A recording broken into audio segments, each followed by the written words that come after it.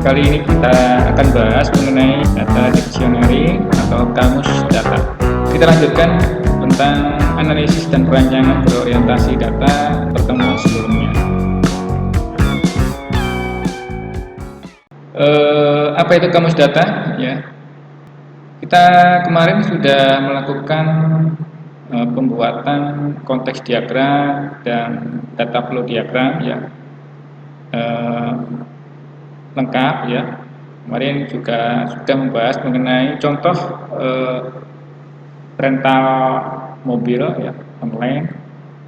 Maka analis kemudian membuat katalog.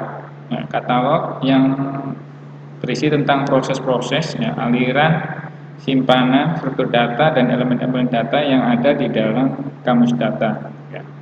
Jadi katalog ini kita bisa sebut juga sebagai kamus data.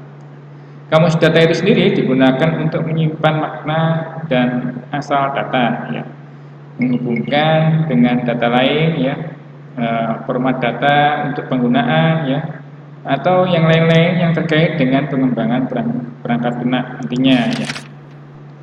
Yang berikutnya adalah kamus data memiliki definisi yang ketat untuk semua data yang digunakan, ya. Untuk memfasilitasi pengguna, nah, pengguna itu sendiri adalah pengguna langsung, bisa juga pemakai, ya, dan perancang perangkat lunak. Nah, perangkat lunak ini, perancang perangkat lunak ini terdiri dari beberapa tim, ya. Antara lain ada yang tim server, tim analis, ya, tim desainer, dan programmer, tester, dan sebagainya, ya. Ini mereka menggunakan kamus data ini digunakan untuk komunikasi, ya. Biasanya ini digunakan oleh analis atau desainer dan programmer. So, kamus data itu sendiri adalah hasil referensi metadata, ya. Data tentang data. Jadi metadata itu adalah data tentang data itu sendiri, ya. Yang disusun analis, yang dijadikan panduan untuk melakukan analisis dan perancangan. Jadi kamus data ini penting, ya. Kadang programmer ingin kejar waktu, ya, biasanya ya kamus data dihilangkan karena mungkin dalam tim itu sendiri tidak pada mengetahui misalnya, tidak pada mengerti misalnya, atau memang sudah memiliki dokumen sebelumnya, portofolio sebelumnya, ya. Maka komunikasi-komunikasi jika itu terkait dengan pengembangan perangkat lunak yang cepat, ya, yang prioritasnya harus dikembangkan, maka kamus data ini kadang seringkali diabaikan. Nah, ini berbahaya sebenarnya, ya. Tapi karena mungkin bisa jadi itu adalah tim yang berpengalaman, mungkin tidak masalah, ya. Tapi kalau timnya itu belum berpengalaman sama sekali, maka kamus data ini adalah penting, ya. Jika pengembangan perangkat lunak itu berorientasi data. Kenapa kita penting membutuhkan kamus data? Karena ini alasannya. Alasannya adalah antara lain kamus data itu menghilangkan kemungkinan yang membingungkan, ya, ambigu, ya. Bingung gimana?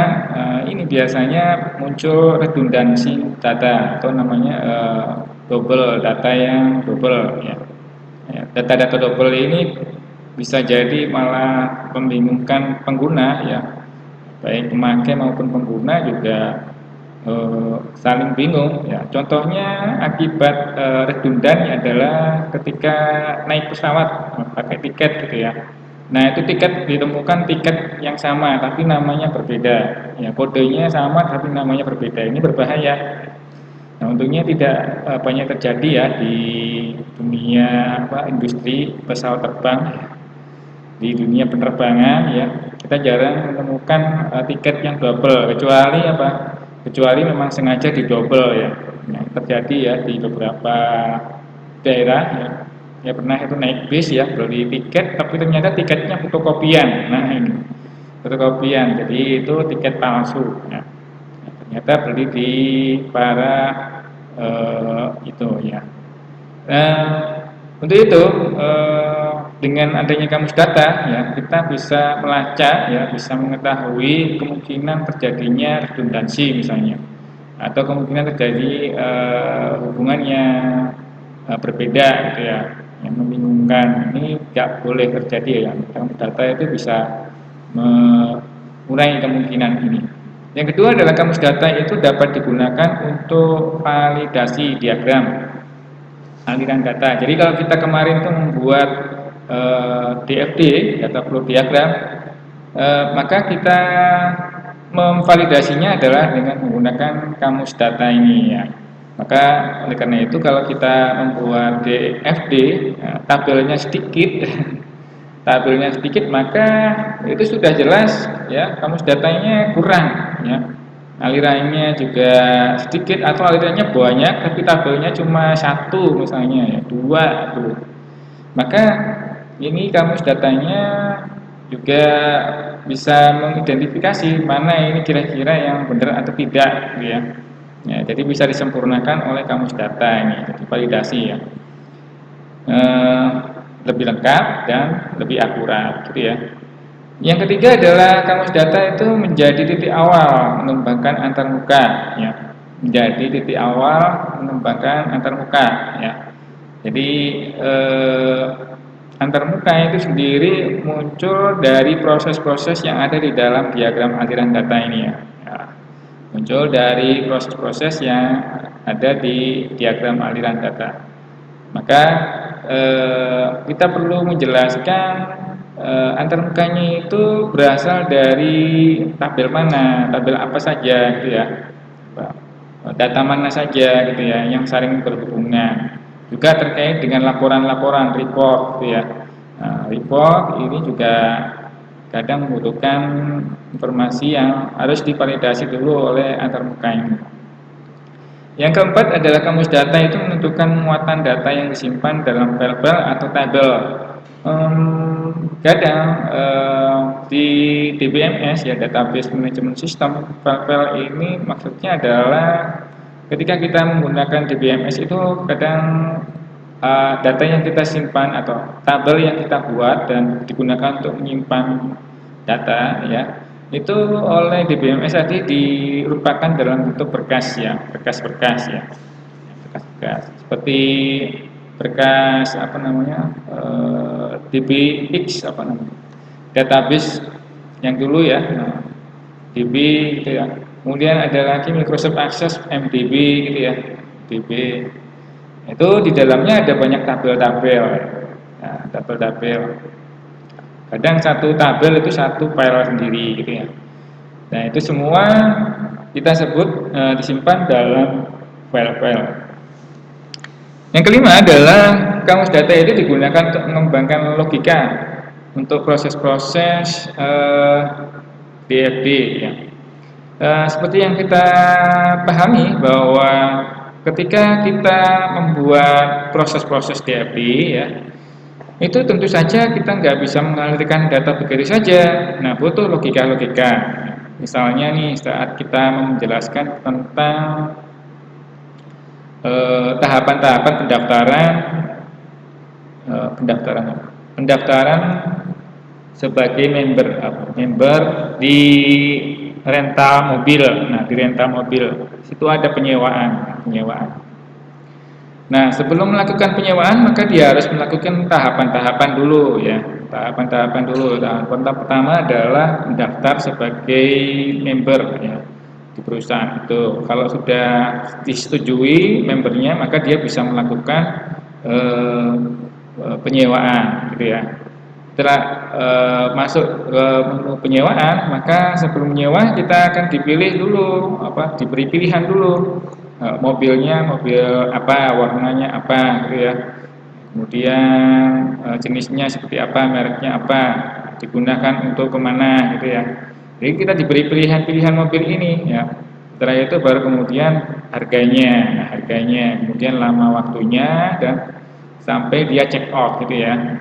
Sampai dia membayar dan menerima kunci sehingga dia bisa menggunakan mobil itu dengan aman, nyaman gitu ya, tenang gitu ya. Nah, itu butuh proses-proses. Nah, proses-proses ini kan kita kembangkan dari logika, kita urut-urutannya ya. Jadi kita kembangkan dengan menggunakan logika itu tadi. Artinya dengan logika ini kita bisa mengetahui apa saja yang nanti akan mengalir di antara proses-proses itu ya. Proses-proses itu dijelaskan dengan menggunakan kamus data. Kemudian proses alirannya ya yang dimaksud ya. Yang berikutnya adalah nomor 6, kamus data membantu menjaga pekerjaan programmer dan perancang. Nah, jadi kamus data ini memang digunakan oleh mereka berdua ini ya, baik desainer maupun programmer ya. Biasanya dari desainer kemudian diserahkan kepada programmer ya. Ya. Menjadi sinkron, jadi selaras gitu ya, selaras sehingga dapat menggunakan objek yang sama di mana saja di dalam program itu ya. Yang ketujuh adalah kamus data itu menyediakan dokumentasi untuk sistem basis data yang lengkap di satu tempat. Nah, inilah pentingnya kenapa kita butuh kamus data ya. Kenapa kita butuh kamus data? Ada kira-kira 7 alasan yang bisa kita gunakan untuk itu. Sebenarnya banyak alasan ya, Anda bisa menambahkan alasan-alasan lain. Ya. Contoh dalam pengembangan perangkat lunak kita sistem informasi ya, misalnya sistem apa ini toko gitu ya, toko. Maka sebelum kita membuat toko ya, sistem informasi toko ya, kita akan menggali dulu informasi apa saja yang dibutuhkan, ya data apa saja yang kita butuhkan untuk diolah di dalam sistem informasi toko itu ya. Data itu seperti dicontohkan di sini ya. Nah, ini adalah formulir pesanan pelanggan yang berisi tentang data-data.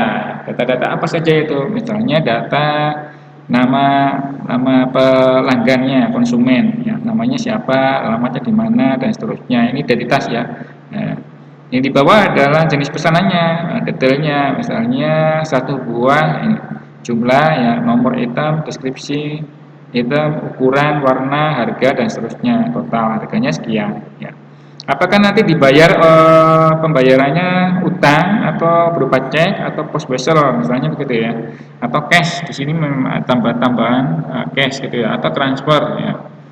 Kemudian metode pembayarannya bisa menggunakan apa? Misalnya Worldtrans, misalnya Express, misalnya Oppo, misalnya apa? Nah, Gojek, misalnya macam-macam ya sekarang ya. Ini bisa digunakan ya. Transfer langsung dan sebagainya, diberi pilihan-pilihan. Ini ya. Dan seterusnya dan seterusnya. Data-data inilah yang kita gunakan, yang kita kumpulkan ya. Kemudian kita analisis yang akan kita masukkan ke dalam sistem nantinya ya. Ini ya. Jadi ini penting ya untuk membuat itu semua. Yang berikutnya adalah kamus data itu harus memuat informasi ya. Paling tidak ada 5 informasi yang harus tersedia di dalam kamus data ya. Yang pertama adalah data flow. Data flow itu adalah ya aliran data ya, konteks diagram, data flow diagram. Ini aliran data itu yang kita fokuskan di situ ya, jenis aliran datanya seperti apa gitu ya. Macam-macam datanya kita identifikasi di situ. Yang kedua adalah data struktur data yang ada di dalam aliran data tadi ya. Jadi struktur data yang ada di dalam aliran data. Yang ketiga adalah elemen-elemen data. Elemen-elemen data ini berada di dalam struktur data ya, penjelasannya. Jadi elemen-elemen data ini berada di dalam struktur data. Yang keempat adalah berisi tentang data stores atau simpan data. Atau kalau kita ingin tahu itu adalah dia adalah entitas apa namanya tabel simpan data. Yang kelima adalah bagaimana proses data itu, pemrosesan datanya dijelaskan. Jadi ini yang harus dimuat di dalam kamus data. Ya. Jadi ini semua yang dimuat di dalam kamus data. Berikutnya adalah contoh ini ya. Jadi contoh ini ya. Bagaimana kita membuat kamus data itu berasal dari ini diagram aliran data. Diagram aliran data itu seperti apa ya? Seperti ini contohnya ya. Jadi yang dibuat kamus data itu adalah aliran datanya ini. Ya, aliran-alirannya itu. Ada berapa aliran ini? Satu pulang pergi ya ini ya, keluar masuk ya, keluar masuk satu, keluar masuk ini jelaskan satu kamus data. Dua, 1, 2, 3, 4, 5, berapa biji, tinggal dibuatkan kamus datanya. Nah, bisa kita bayangkan ada berapa kamus data ini ya. Nah, kamus data itu berisi tentang apa? Tentang struktur data ya. Jadi dalam kamus aliran data itu berisi tentang struktur data dan elemen-elemen data. Elemen data itu bagaimana? Elemen datanya itu yang ada di dalam struktur data. Elemen-elemen itu adalah fil-fil atau kolom-kolom, nanti dijelaskan berikutnya. Kemudian kamus data itu juga bisa berasal dari simpan data atau data store, ya, simpanan data atau tabel ya. Nah, tabel itu bisa dibuatkan kamus data. Jadi juga sama seperti aliran ya, di simpanan data ini maka isinya juga terkait struktur data dan elemen-elemen data. Ya, dijelaskan semuanya termasuk processing data tadi, data processingnya dijelaskan juga. Data aliran atau flow data flow ya, data flow. Kurang lebih contohnya seperti ini ya, data flow. Jadi yang dibuatkan kamus datanya adalah simpanan data ini dan aliran datanya. Aliran datanya inilah yang kita kemudian jelaskan menggunakan kamus data. Kemudian struktur data. Struktur data itu sendiri biasanya di dalam komputer itu ada cara khusus untuk menyimpan dan mengatur data dalam memori komputer. Sehingga data itu dapat digunakan secara efisien. Nah, ini memori komputer ya. Dulu dan sekarang tampaknya mungkin ada kesamaan. Sesuai dengan zamannya lah ya. Kalau dulu itu komputernya memang kecil ya, tapi data yang dimuat juga kecil-kecil ya. Sekarang data yang komputer kita sekarang itu komputernya besar ya, komputernya kapasitasnya besar, harddisknya besar dibanding dengan dulu, beda sekali ya. Kalau ini sekarang harddisknya besar, sudah memorinya besar dan sebagainya, tapi data yang disimpan juga besar juga ya, sampai big data. Artinya apa? Memang sesuai dengan kondisi zaman ya. Berarti memori memang penting, mengatur memori memang penting ini terkait dengan data.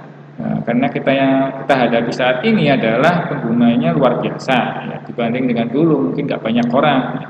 Tapi sekarang sudah luar biasa dan jumlahnya juga luar biasa. Oleh karena itu kita harus pandai-pandai untuk mengatur memori ini ya, agar jangan sampai komputer itu nge-lag misalnya atau hang gitu ya, atau nggak kuat sehingga mengganggu jalannya bisnis ya, mengganggu produktivitas ya, mengganggu pencapaian tujuan dan lain sebagainya. Ini ya. Kemudian struktur data itu sendiri dapat diatur dalam berbagai cara, misalnya dengan model logis atau model matematis ya. Untuk organisasi data tertentu disebut sebagai struktur data. Jadi struktur data ini harus mencerminkan hubungan aktual dari data itu dengan objek dunia nyata ya. Yang kedua adalah struktur data harus memiliki formasi sederhana sehingga siapapun dapat secara efisien memproses data setiap kali diperlukan. Ini. Jadi mengapa kita pahami mengenai bagusnya struktur data. Dengan memahami struktur data ini diharapkan ketika Anda mengembangkan perangkat lunak nanti itu bisa memilih mana DBMS yang kira-kira tidak menyita banyak memori misalnya. Ini terkait dengan struktur data yang Anda masukkan ke dalam program nantinya. Susunan-susunan elemen-elemen datanya itu banyak di situ misalnya. Jadi semakin banyak elemen-elemen yang dimuat dalam struktur data itu, maka semakin besar memori yang digunakan oleh program itu.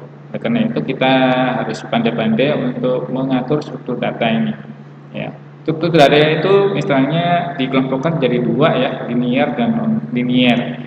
Linear itu seperti array ya, seperti antrian ya, seperti stack dan sebagainya. Kemudian yang non-linear seperti graf ya, seperti trees ya, diagram pohon ya, atau daftar isi ya, daftar isi ya, seperti list gitu ya. Ini struktur data. Kenapa demikian? Karena memang biasanya ya digunakan untuk indexing gitu ya, mudah pencarian dan sebagainya gitu ya, mudah ditemukan. Nah, struktur data di kamus data, nah, struktur data itu biasanya sudah tercantum di situ ya, biasanya menunjukkan komposisi dari eh, elemen-elemen data ya. Posisi dari elemen-elemen data. Apa saja elemen-elemen datanya? Seperti ini ya. Jadi data struktur ya. Ini kalau kita lihat misalnya kolom student, kolom mahasiswa gitu ya. Apa sorry ya, tabel mahasiswa ya, bukan kolom. Tabel mahasiswa atau student gitu ya. Itu biasanya terdiri dari ID atau NIM gitu ya, kemudian nama, kemudian alamat, kemudian umur dan jenis kelamin gitu ya. Tapi kemudian eh, eh, di nama ya itu muncul ada nama depan, ada nama tengah dan nama belakang. Di beberapa program hal-hal seperti ini bisa dihandle ya, tapi ada di beberapa program apa namanya di BMS ya itu ada yang eh, handle-nya itu mungkin jadi satu gitu ya. Ini kadang kalau dulu memang digunakan untuk pemisahan ini tujuannya biasanya ya terkait dengan indexing ya, terkait dengan memori ya. Biasanya nanti kalau semakin ringan ya, itu tidak membebani memori yang berlebihan. Nah, ini juga di handphone kita ya, biasanya ada seperti ini ya, pemilahan-pemilahan gitu ya. Jadi bisa digunakan untuk indexing ya, pengurutan ya, sorting ya. Itu ya. Jadi penting sekali ya dipahami. Yang kedua adalah aliran ya. Di aliran eh, contohnya seperti ini ya, di aliran data ya. Contohnya seperti diagram data flow diagram ini nih, proses membuat pembayaran cek pegawai. Nah, fokus kita adalah di aliran data. Jadi aliran data inilah yang kita jelaskan kamus datanya. Nah, di dalam kamus data tersebut ya biasanya di dalamnya ada struktur data. Contohnya adalah struktur data ini, rekor pegawai. Rekor pegawai itu isinya apa saja? Misalnya dijelaskan di sini nomor pegawai, nomor informasi pribadi, informasi gaji, informasi pembayaran saat ini, informasi gaji tahunan. Ini semua kita sebut sebagai elemen-elemen data. Ya, elemen-elemen data atau kolom ya. Jadi ada kolom pegawai, nomor pegawai, kolom informasi pribadi, kolom informasi gaji, kolom informasi pembayaran saat ini dan seterusnya. Ini yang kita sebut sebagai elemen-elemen data ya. Jadi struktur datanya itu sendiri adalah rekor pegawainya ini. Rekor file waktu misalnya ini ya. Jadi kita fokusnya adalah di aliran ya, di aliran kalau yang ini ya. Rekor file waktu. Apakah nanti kita juga bisa fokus ke tabel? Ya bisa juga ya. Itu ya. Jadi kamus datanya juga kita bisa jelaskan tentang simpanan datanya. Begitu juga dengan yang lain-lain ya. Sampai ini kita fokus ke ini. Jadi cukup aliran itu cuma satu gini ya, nggak usah banyak-banyak ya. Nah, biasanya keluar masuk ya, keluar menuju ke pegawai, masuk lagi bentuknya apa gitu ya, dan seterusnya. Jadi fokusnya adalah ke aliran-aliran data itu. Yang penting itu adalah Anda bisa menjelaskan tentang struktur data atau aliran yang ada di dalam tanda panah ini. Keluar masuknya itu apa saja alirannya, itu perlu dijelaskan. Kemudian contoh struktur data pada kamus data itu dijelaskan seperti ini ya. Ini kamus datanya sederhana. Nah, di dalamnya ada struktur data, misalnya bagian header itu isinya apa saja. Misalnya ada kolom nomor purchase order PO ya, tanggal PO, nama customer, alamat dan seterusnya. Ini yang kita sebut sebagai elemen-elemen data. Struktur datanya adalah header plus isinya adalah isinya ini ya. Nah, Simbol-simbol seperti ini inilah yang kita sebut sebagai elemen-elemen data tadi ya. Jadi eh, bisa berupa apa namanya pilihan, biasa, segera, mendesak. Ini tombolnya ada simbol-simbol kurung kotak ini ya. Simbol seperti ini ada sendiri ya maknanya ya. Maknanya simbol-simbol seperti ini ada sendiri. Kemudian simbol kurung kurawal ini menunjukkan seperti list gitu ya, drop down gitu ya, apa namanya daftar gitu ya.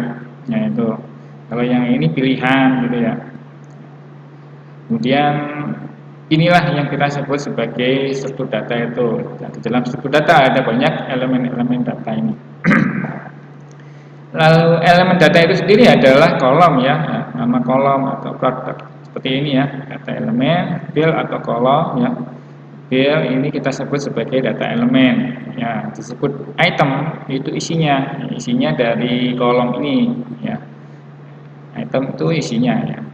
Jadi ini yang atau kita sebut sebagai record gitu ya. Record itu kita sebut sebagai data item.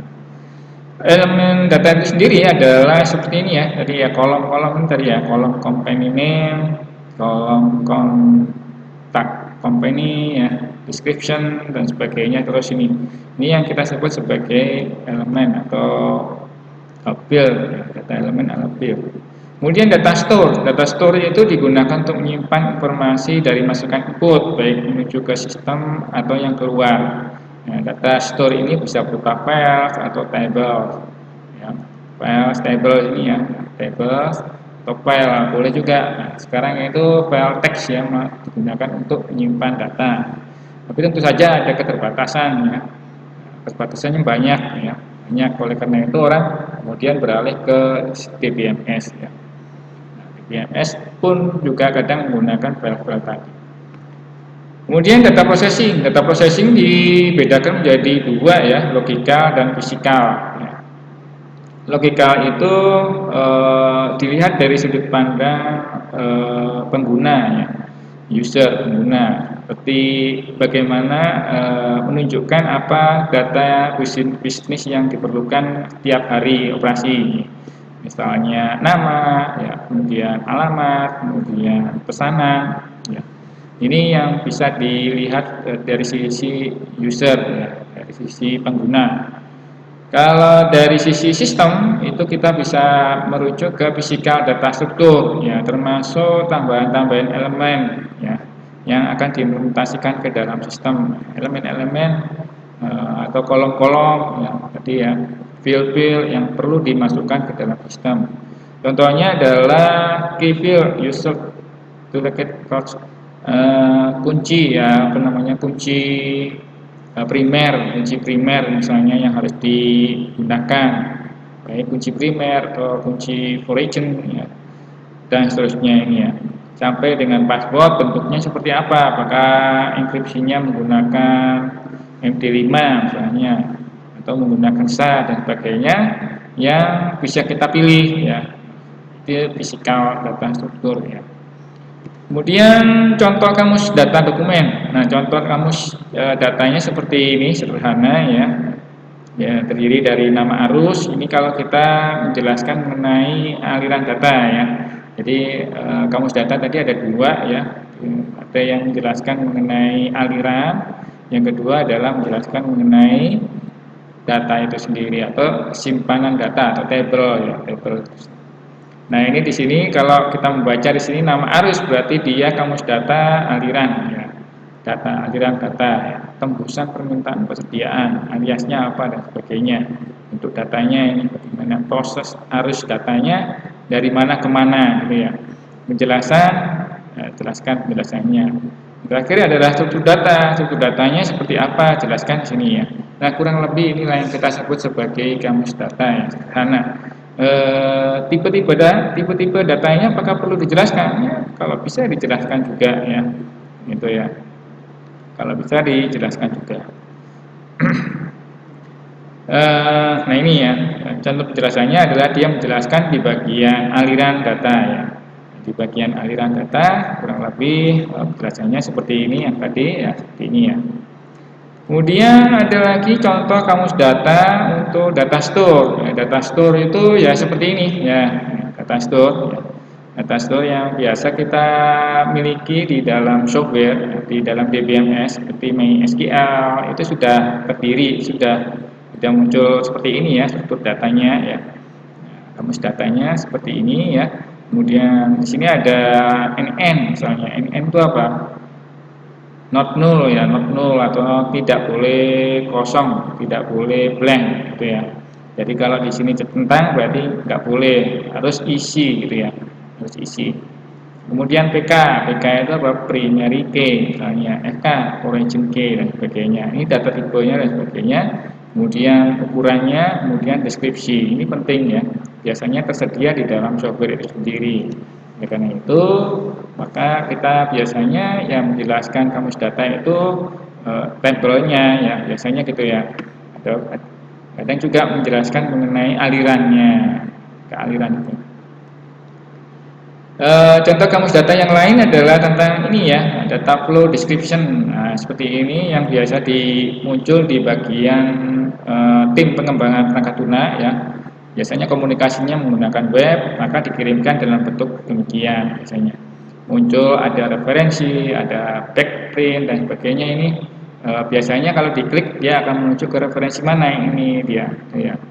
Ini data flow untuk aliran data. Ya. Ya, itu tadi dari materi yang kita sampaikan tentang contoh kamus data ya. Kita akan implementasikan ke hasil apa yang sudah kita pelajari, yaitu membuat DFD seperti ini ya. Jadi kita nanti latihan bagaimana menjelaskan kamus data ya, kamus data ini semua ya. Karena ini juga ketika kita menyusun ini ya, kita menggunakan logika-logika ya. Logika-logika bagaimana mengelola pinjaman nih, misalnya anggota mau meminjam buku, maka prosesnya harus mengalir kemana? Ke sini kah atau ke sini ya. Kayak gitu. Kenapa kok ke sini gitu? Karena di sini ada proses untuk mengelola pinjaman gitu ya. Kalau di sini hanya mengelola anggota saja misalnya. Maka alirannya dia harus mengalirkan ke sini. Apa yang dia masukkan ke sini gitu ya. Biasanya ada ID anggota. ID anggotanya diproses di sini. Apakah dia ada anggotanya? Dicek ke tabel ini. Jawabannya ya atau tidak gitu ya. Oh ini ada, oh ini tidak gitu ya. Kalau ada, maka dia dilanjutkan ke buku misalnya. Dilanjutkan ke buku misalnya ya. Maka kita jelaskan proses itu semua ya. Proses-proses yang aliran ini kalau kita mau menjelaskan mengenai kamus datanya itu. Jadi ada berapa kamus data ini? Nah, ini didetailkan. Jadi semua tabel ini kalau cuma aliran, maka semua tabel ini bisa kita susun kita susun jadi satu juga di sini ya. Seperti contoh ini. Ini bisa jadi terdiri dari beberapa tabel gitu ya. Query kan hasil query-nya ini. Jadi beberapa tabel yang kemudian di query hasilnya adalah itu. Itu kalau aliran ya. Tapi kalau cuma tabel ya, maka tabelnya ya hanya dijelaskan aja kamus datanya, ada struktur data dan elemen-elemen datanya yang memuat ini. Gitu ya. Jadi kalau kita pakai ini memang agak ribet gitu ya. Tapi karena ada proses-proses yang terjadi di dalamnya ini. Ya, bagaimana proses itu kemudian bisa diterapkan nanti diimplementasikan ke dalam program. Ya, itu ya. Siapa yang implementasikan? Programmer ya, programmer yang akan memastikan menerapkan hasil dari analis ya. Jadi ini kan hasil dari apa yang dibuat oleh para analis ya. Analis itu siapa ya? Kita ini ya, yang akan menyusun diagram aliran data ini. Mungkin itu yang bisa saya sampaikan.